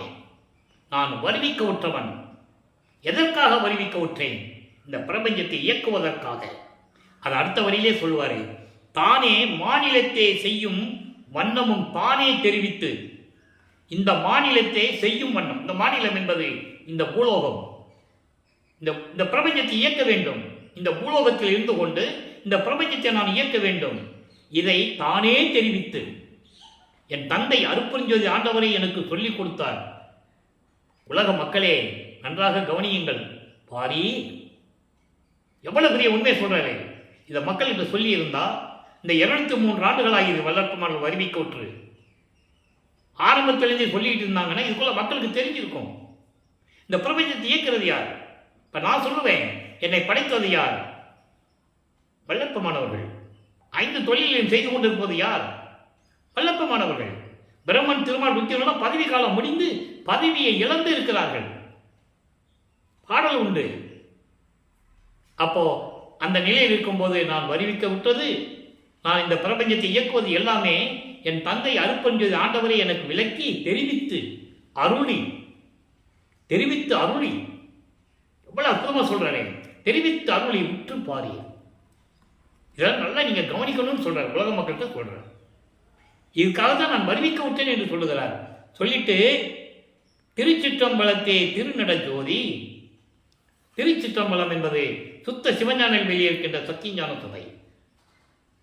அங்கே அருளாட்சி செய்து கொண்டு திருவிளையாடல் செய்து கொண்டு இருக்கின்ற இறைவன் எனது தந்தை அருப்பெருஞ்சோதி ஆண்டவர் இந்த பூலோகத்தில் என்னை வருவிக்க செய்து, அதன் பிறகு இந்த பிரபஞ்சத்தை எப்படி இயக்க வேண்டும் எல்லா தொழிலையும் அகலியும் கொடுத்து அவரே எனக்கு விளக்கி சொல்லி கட்டளையிட்டார். நான் செய்து கொண்டிருக்கிறேன். எத்தனை பாடல்கள் ஒன்றிருக்கு தெரியுமா அன்பர்களே? ஆக்கி அழித்தல் முதலாம் புலில் ஓர் 5 தேக்கி அமுது நீசை என்றான். பிரம்மனும், திருமாலும், ருத்திரன், மகேஸ்வரன், சதாசிவமும் 5 பேரும் தனித்தனியாக செய்து கொண்டிருக்கின்ற தொழில்களை ஒட்டு மொத்தமாக 5 தொழில்களையும் நீ செய் என்று சொன்னான் என் தந்தை. தூக்கி எடுத்தான், அணைத்தான், இரவாத தேகம் கொடுத்தான். 5 தொழிலை செய்யணும்னு என்ன இருக்கணும்? இறப்பு இருக்கணுமா? கடவுள் நிலை அது, மரணமில்லா பெருவாழ்வு இருக்கின்ற நிலை. அந்த நிலையில் இருக்கும்போது இறைவன் என் தந்தை தூக்கி எடுத்தான், அணைத்தான். எதிலிருந்து தூக்கி எடுத்தாரு? சமயங்களிலும் மதங்களிலும் மார்க்கங்களில் தூக்கி எடுத்து சுத்த சன்மார்க்கத்தை கொடுத்து 5 தொழில்களை நீ செய் மகனை என்று எனக்கு கட்டளையிட்டான். அதான் இங்க சொல்றாரு, தானே தானே தெரிவித்து அருளி. உற்று பாரி, நல்லா கவனிக்கணும் உலக மக்களே. என் தந்தை இதற்காகத்தான் என்னை வருவிக்க செய்தார். நான் பிரபஞ்சத்தை இயக்கிக் கொண்டிருக்கிறேன். யாரும் எனக்கு இணையாக இல்லை. என் தந்தையும் நானும் சேர்ந்து கொண்டு இந்த பிரபஞ்சத்தை இயக்கிக் கொண்டிருக்கிறோம் என்று சொல்வதை திருசங்கோல் ஆட்சி செலுத்துவோம் என்று சொல்லுவார். செலுத்துவேன் என்று சொல்லவில்லை, செலுத்துவார் என்றும் சொல்லவில்லை, செலுத்துவோம். இறைவன் தன் உடம்பில் புகுந்து கொண்டு என் தந்தை கட்டளையிடுகிறார், நான் பிரபஞ்சத்தை இயக்குகிறேன் என்று கூறுகிறார். ஆகவே அன்பர்களே, இன்று பார்த்த திருவிளையாடல் உங்களுடைய கருத்துக்கு விளங்கியிருக்கும் என்று நான் கருதுகிறேன். எல்லாரும் சுத்த சன்மார்க்கத்தில் இணைந்து அருப்பெருஞ்சோதி அருப்பெருஞ்சோதி தனிப்பெருங்கனை அருப்பெருஞ்சோதி இந்த மகாமந்திரத்தை உச்சரித்து எல்லா அருளையும் செல்வங்களையும் பெற்று இந்த வையகத்திலே நீங்கள் வாழ்வாங்கு வாழ வேண்டும். நோயற்ற வாழ்வில் நீங்கள் வாழ வேண்டும். இறைவனுடைய தயவாலையும் கருணையாலையும் இந்த வள்ளலார் ஒளியன் வாழ்த்து விடைபெறுகிறேன். மீண்டும் நாளை சந்திப்போம். நன்றி, வணக்கம். அருப்பெருஞ்சோதி அருப்பெருஞ்சோதி தனிப்பெருங்கருணை அருப்பெருஞ்சோதி. நாளையும் இறைவனுடைய திருவிளையாடல் தொடரும். கண்டு மகிழ்ந்து கொள்ளுங்கள். இறைவன் அருளை பெற்றுக் கொள்ளுங்கள்.